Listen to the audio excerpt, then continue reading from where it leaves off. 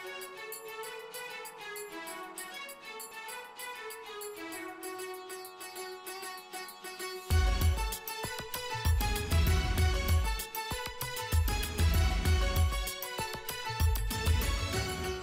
Harpreet Singh show के अज के इस एपीसोड में आप सब का करदा हाँ निघा स्वागत। Politics, economics, sports, lifestyle, health issues उत्ते जिथे असीं तुहाडे नाल हर रोज़ सांझ पाने आ, उस दे नाल ही साडा ये भी मकसद हुंदा कि तुहानूं फाइनैंशियली भी अवेयर करिए। अते अज दे इस फाइनैंशियल सैगमेंट में तुहाडी मुलाकात करावांगे सरदार अरविंदर सिंह कलसी नाल, एक नामवर क्रेडिट काउंसलर हैं। अज असीं देखते हैं कि कई बारी बहुत बारी सुनने नूं मिलदा है, वेखण नूं मिलदा है कि असीं कई बार अपनी पेमेंट्स टाइम ते नहीं करते कई थावां दे उत्ते, अते बाद दे विच की हुंदा सानूं फोन कॉल्स आने शुरू हो जाते हैं, यानी कि कलैक्शन एजेंसीज़ फोन कॉल करदियां ने। हुण इस समय जो कलैक्शन एजेंसीज़ फोन कर रही ने, की साडे हक ने, की सानू करन दी लोड़ है, इस संबंध में आओ जानकारी लैने आ। अते यह प्रोग्राम मैं सीरीज़ में करना चाहांगा ताकि सानू विस्तार में पता चल सके कि इहो जी स्थिति के समय के सानू किहड़े स्टैप्स लैने चाहिए। आओ स्वागत करते हैं अरविंदर सिंह कलसी जी का। जी Anu ji, welcome to the programme. Thank you Harpreet ji, और तमाम व्यूअर्स को मेरे वालों सत श्री अकाल, नमस्ते ते आदाब जी। जी आनू जी। सो कलसी साहब, ये कलैक्शन एजेंसीज़ तक पहुँचने की कभी नौबत ना आए, पर रब करे जो इहो जी नौबत आ जाती है तो बहुत परेशानी होती है, मैंटली भी बंदा टेंस हो जाता है, अते क्योंकि आर्थिक तौर पर भी असी उस समय संकट होने।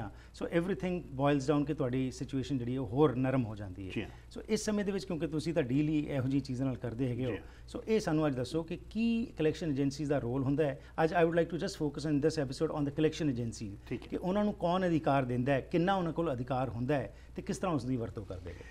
हरप्रीत जी, सब तो पहलों सानू ये समझने की लोड़ है कि साडे हक की है ते जिम्मेदारियां की है, क्योंकि कई बार असीं हक्कां दे उत्ते बहुत ज़्यादा जोर दिंदे हैं, जिम्मेदारियां भुल जाईदियां जी। फॉर एग्जाम्पल मेरे को अज कुछ क्रेडिट कार्ड ने, मैं अपने कंसेंट नाल वो क्रेडिट कार्ड लए, उन्हां तो मैं पैसा चक्या, मेरी एक मंथली कमिटमेंट है पेमेंट देने की जी। वो जिहड़ी पेमेंट है वो मेरी जिम्मेदारी है कि मैं हर महीने टाइमली पेमेंट देवां। हुण बेशक पेमेंट वो $10 दी है या $1000 दी है, इट्स अ कमिटमेंट, और उहदे विच एक टाइम फ्रेम है कि इस तरीक तो इस तरीक दे विच मैं पैसे देने हैं। जो तुहानूं कोई भी बिल आउंदा है वो 1 महीने का टाइम हुंदा है तुहानूं मिनिमम पेमेंट पे करन दा जी।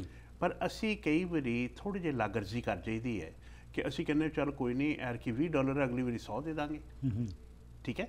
जे आपां वैसे जनरली सोचिए तो ठीक भी लगता भी चल 100 दी 20 की जगह 100 दे रहे, ठीक है। पर दूसरे बन्ने टैक्नीकली असी डिफॉल्ट कर गए, यानी मैं अपनी $20 की कमिटमेंट टाइमली भुगताई नहीं। सो ये करदे ही की हुंदा है कि साडे क्रेडिट के उत्ते एक थोड़ा जिहा ब्लैक डॉट लग जाता है। सो जिस तरह फॉर एग्जाम्पल 31 जनवरी जी हैगी ये तुहाडी हैगी है ड्यू पेमेंट डेट दी, किन्ने दिनों बाद तक जो तुसीं नहीं देंदे तो तुहाडा वो रेड मार्क जिहड़ा तुसीं कहंदे हो लग जाता है। देखो पहली गल 31 जनवरी मेरी लास्ट डेट सी जी, जे तो मैं 2-4 दिन अगे पिछे हाँ, ये बैंक की डिस्क्रेशन है जी। वो तुहाडी पिछली क्रेडिट हिस्टरी देखता है कि हरप्रीत सिंह उन्होंने कभी पेमेंट लेट नहीं की, right. Maybe there was some reason कि यार कि वो थोड़ा जिहा ओवरलुक कर गए, लेट हिम गो जी। But as soon as 30 days late payment हो गई, 31 जनवरी में देनी सी, मैं 28 फरवरी तक आ गया, मैं 4 मार्च को $500 जमा कराता, राइट। तो 1 महीने की पूरी जी लेट पेमेंट है उन्हें मेरे क्रेडिट ब्यूरो के उत्ते मार्क ला देना है। सो मेरा एक डिफॉल्ट हो गया, ठीक है। अच्छा, फिर कुछ वारी जिंदगी के हालात इहो ਜਿਹੇ ਹੁੰਦੇ है कि मेरे को काम नहीं है जी। मैं कोशिश की मैं अगले महीने दे दांगा, मैं वो भी नहीं दे सकिया, फिर इस तरह 3 महीने लंघ गए, यानी टाइम बीतदा गया। वो कलैक्शन दे विच की हुंदा है, जदों 30 डेज निकल जाते हैं तुहानूं बैंक वालों एक फोन आउंदा है कि जी तुसीं अपनी पेमेंट नहीं की, ठीक है। और ये जी कलैक्शन है ये इंटरनल कलैक्शन है बैंक के अंदरों, ओके। बैंक ने तुहानूं कहा जी तुसीं पेमेंट नहीं जमा कराई, तुसीं कहंदे जी okay I am gonna make arrangements, give it out something and do some whatever I can do. अगला महीना निकल गया, फिर 2 महीने हो गए जी। जिस दिन 90 डेज क्रॉस कर गए जी, उस दिन बैंक ने वो जी कलैक्शन है वो इंटरनल तो थर्ड पार्टी को दे देनी है, ओके। हुण थर्ड पार्टी कौन है? थर्ड पार्टी एक बाहर का अदारा है जिन्हों का काम ही कलैक्शन करना है जी, ठीक है। हुण बैंक ने अपने टैक्नीकली अपने racket they which right of करता। हरप्रीत सिंह होरां को मैं 2000 लेना सी, वो खत्म हो गया, ओके, जीरो करता जी। और मैं कलैक्शन थर्ड पार्टी को देती। हुण थर्ड पार्टी सवेरे वो 24 घंटे काम करदियां वैसे, और उन्होंने तो सवेर तो शाम तक काम ही ये है कि उन्होंने फोन चुकना तो तुहानूं बॉदर करना, ओके, ठीक है। हुण ये हो गया, हुण साइकोलॉजिकल गेम शुरू हो गई इत्थे, क्योंकि कल तक तो मैनूं उम्मीद सी भी कुछ नहीं होया, it's okay, I will do this thing. इत्थे मैं एक जरूर गल कवां बिफोर वी गो फर्दर कि जदों रब ना करे इहो जी सिचुएशन च बंदा आ रहा होवे जी, और जे मेरी $100 की मिनिमम पेमेंट है, तुहाडे कोल 100 नहीं हैगा ना, भावें 25 दे दिओ, 30 दे दियो, go on to commitment, कुछ ना कुछ ज़रूर दियो that shows your sincerity, that you understand your liabilities, you understand your responsibility, but unfortunately don't have the money. Circumstances are not conducive. ਉਹਦੇ ਵਿੱਚ ਕੀ ਹੁੰਦਾ ਹੈ ਕਿ ਜੇ ਮੈਂ as a bank ਵੀ ਹੈਗਾ, I understand कि you're struggling, that's what's happening. And secondly, don't ignore the calls by the bank. Pick up the phone, talk to somebody, explain yourself. Look, this is what I'm going through. Right. Could you please help me out? I can do this now, but don't make false promises. क्योंकि कई बार ਅਸੀਂ ਹਫਤੇ ਦਾ ਹੀ time ਮੰਗਦੇ ਹਾਂ, ਹਫਤਾ ਦੇ 2 ਦਿਨਾਂ ਚ ਆ ਜਾਂਦਾ ਹੈ, ਫਿਰ ਅਸੀਂ ਉੱਥੇ ਖੜੇ ਹੁੰਨੇ ਆ। So try not to make wrong commitments. ਠੀਕ ਹੈ। So ਹੁਣ ਆ ਗਏ 90 days ਖਤਮ ਹੋ ਗਏ ਤੇ ਆ ਗਏ ਸਾਡੇ ਕੋਲ ਥਰਡ ਪਾਰਟੀ ਕਲੈਕਸ਼ਨ। ਜੀ ਹੁਣ ਥਰਡ ਪਾਰਟੀ ਕਲੈਕਸ਼ਨ ਦਾ ਕੰਮ ਕੀ ਹੈ ਕਿ ਤੁਹਾਡੀ ਸਕਿਨ ਦੇ ਅੰਦਰ ਵੜਨਾ। ਸਕਿਨ ਦੇ ਥੱਲੇ ਵੜਨ ਦਾ ਮਤਲਬ ਹੁੰਦਾ ਹੈ ਕਿ ਮੈਂ ਤੁਹਾਡੇ ਦਿਮਾਗ 'ਚ ਇੱਕ ਵਾਰੀ ਬੈਠ ਜਾ। ਸੋ ਪਹਿਲੀ ਵਾਰੀ ਮੈਂ ਜਦੋਂ ਫੋਨ ਕਰਨਾ ਹੈ, I'm going to ask you ਕਿ you owe us this money, you better pay me this money or I'm going to take you to the court. Right. ਠੀਕ ਹੈ। ਹੁਣ ਕਿਉਂਕਿ ਇੱਕ ਆਮ ਆਦਮੀ ਉਹਨੂੰ ਨਹੀਂ ਪਤਾ ਵਾਕਈ ਇਹ ਤੇ ਮੈਨੂੰ ਪਤਾ ਮੈਂ ਤੁਹਾਡੇ ਦੇਣੇ ਆ ਤੇ ਮੈਨੂੰ ਲੱਗਦਾ ਤੁਸੀਂ ਜੋ ਕਹਿ ਰਹੇ ਹੋ ਜਾਇਜ਼ ਕਹਿ ਰਹੇ ਹੋ।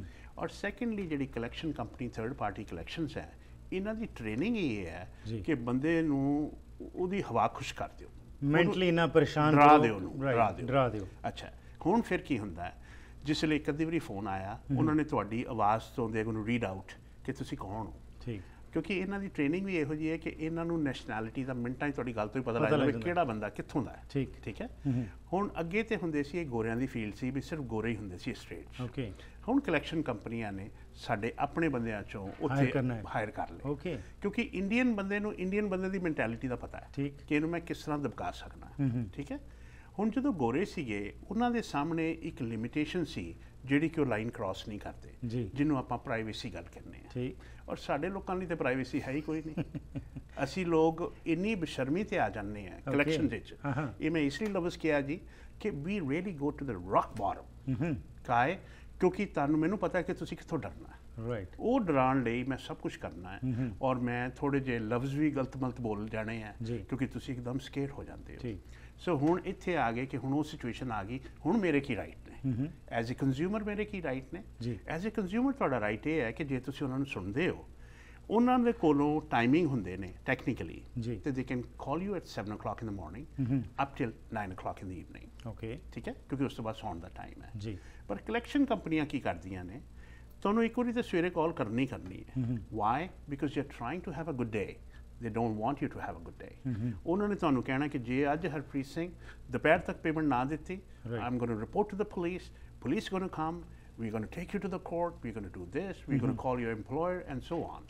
So ਹੁਣ ਜਦੋਂ ਹਰਪ੍ਰੀਤ ਸਿੰਘ ਹੁਣੀ ਘਰੋਂ ਨਿਕਲੇ, ਉਹਨਾਂ ਦਾ ਦਿਮਾਗ ਤੇ ਕਿਤੇ ਹੋਰ ਹੈ, ਕੰਮ ਦੇ ਵਿੱਚ ਤਾਂ ਧਿਆਨ ਲੱਗਣਾ ਨਹੀਂ ਕਿਉਂਕਿ ਤੁਸੀਂ ਪਰੇਸ਼ਾਨ ਹੋ ਗਏ। ਹੁਣ ਕਰ ਕਰਾ ਕੇ ਸ਼ਾਮ ਪੈ ਗਈ, 8, 8:30, 9 ਵਜੇ ਤੁਸੀਂ ਤਿਆਰੀ ਕਰ ਰਹੇ ਹੋ ਸੌਣ ਦੀ, ਫਿਰ ਕਾਲ ਆ ਜਾਣੀ ਹੈ। So I don't want you to have a good day. I don't want you to have a good night's sleep. ਤੇ ਜੇ ਇਹ 4-5 ਦਿਨ ਮੈਂ ਰਿਪੀਟ ਕੀਤਾ ਤੁਹਾਡੀਆਂ ਤੇ ਨੀਂਦਾਂ ਉੱਡ ਜਾਣੀਆਂ। ਸੋ ਉਸ ਵੇਲੇ ਇੱਕ ਕਹਾਵਤ ਹੈ ਕਿ ਬੰਦਾ ਆਪਣੇ ਵਾਲ ਆਪੇ ਖਿੱਚਣ ਲੱਗ ਪੈਂਦਾ ਕਿ ਇਹ ਕੀ ਹੋ ਗਿਆ। ਰਾਈਟ। ਸੈਕੰਡਲੀ ਇਹ ਕਾਲਾਂ ਜਿਹੜੀਆਂ ਆਉਂਦੀਆਂ ਇਹ ਅਨਨੋਨ ਨੰਬਰਾਂ ਤੋਂ ਆਉਂਦੀਆਂ। ਬਿਲਕੁਲ ਉਹ ਨੰਬਰ ਟਰੈਕ ਨਹੀਂ ਤੁਸੀਂ ਕਰ ਸਕਦੇ, ਨਾ ਹੀ ਪਤਾ ਲੱਗਦਾ ਕਿ ਜਦੋਂ ਫੋਨ ਵੱਜਦਾ ਹੈ ਨਾ ਤੁਹਾਡਾ ਦਿਲ ਧੜਕਣ ਲੱਗ ਪੈਂਦਾ। ਐਬਸੋਲੂਟਲੀ। ਤੁਹਾਨੂੰ ਲੱਗਦਾ ਕਿ ਉਹੀ ਹੈਗਾ। ਘਬਰਾਹਟ ਹੋਰ ਵੱਧ ਜਾਂਦੀ। ਘਬਰਾਹਟ ਵੱਧ ਜਾਂਦੀ। ਬਿਲਕੁਲ। ਸੋ ਜਿਸ ਤਰ੍ਹਾਂ ਤੁਸੀਂ ਕਿਹਾ ਕਿ ਬਿਲਕੁਲ ਇਹ ਇੱਕ ਸਿਸਟਮ ਜਿਹੜਾ ਬਣਾਇਆ, ਉਹਨਾਂ ਨੇ ਤਾਂ ਪੈਸੇ ਲੈਣੇ ਨੇ, ਕਿਸੇ ਤਰੀਕੇ ਨਾਲ ਵੀ ਵਸੂਲਣੇ ਨੇ, ਤੇ ਜਿਹੜੇ ਰਾਈਟਸ ਨੇ ਆਪਣੇ, ਇੱਕ ਤਾਂ ਜਿਹੜੀ ਤੁਸੀਂ ਬੜੀ ਸੋਹਣੀ ਗੱਲ ਸ਼ੁਰੂਆਤ 'ਚ ਕੀਤੀ ਕਿ ਅਸੀਂ ਸਿਰਫ ਰਾਈਟਸ 'ਤੇ ਹੀ ਧਿਆਨ ਨਾ ਦੇਈਏ, ਜੇਕਰ ਕੋਈ ਪੈਸੇ ਲੈਣੇ ਤਾਂ ਆਫਟਰ ਆਲ ਅਸੀਂ ਵਾਪਸ ਵੀ ਕਰਨੇ ਨੇ, ਉਹ ਚੀਜ਼ ਨੂੰ ਮੁੱਖ ਰੱਖੀਏ। ਪਰ ਪਰਿਸਥਿਤੀਆਂ ਐਸੀਆਂ ਬਣ ਗਈਆਂ ਜਦੋਂ ਕਿ ਕਿਸ ਤਰੀਕੇ ਨਾਲ ਅਸੀਂ ਡੀਲ ਕਰਨਾ ਹੈ, ਇਸ ਨੂੰ ਮੈਂ ਚਾਹਾਂਗਾ ਅਸੀਂ ਅਗਲੇ ਐਪੀਸੋਡ ਦੇ ਵਿੱਚ ਡਿਟੇਲ ਵਿੱਚ ਗੱਲ ਕਰੀਏ ਕਿ ਉਸ ਸਮੇਂ ਦੇ ਵਿੱਚ ਕਿਵੇਂ ਕ੍ਰੈਡਿਟ ਕਾਉਂਸਲਰਸ ਜਿਹੜੇ ਨੇ ਉਹ ਵੀ ਮਦਦ ਕਰ ਸਕਦੇ ਨੇ, ਤੇ ਹੋਰ ਕਿਹੜੀ ਚੀਜ਼ਾਂ ਦਾ ਸਹਾਰਾ ਇੱਕ ਆਮ ਬੰਦਾ ਜਿਹੜਾ ਹੈ ਨਾਟ ਜਾਣਬੁੱਝ ਕੇ ਪਰ ਜਿਹੜੇ ਵਾਕਈ ਚੀਜ਼ ਦੇ ਸਰਕਮਸਟੈਂਸਸ ਖਰਾਬ ਹੋਏ ਨੇ ਇਸ ਵਿੱਚ ਫਾਇਦਾ ਲੈ ਸਕਦਾ ਹੈ। ਇਹਦੇ ਬਾਰੇ ਕਰਾਂਗੇ ਗੱਲਬਾਤ ਅਗਲੇ ਹਫਤੇ ਜੀ। ਥੈਂਕ ਯੂ ਜੀ। Thank you.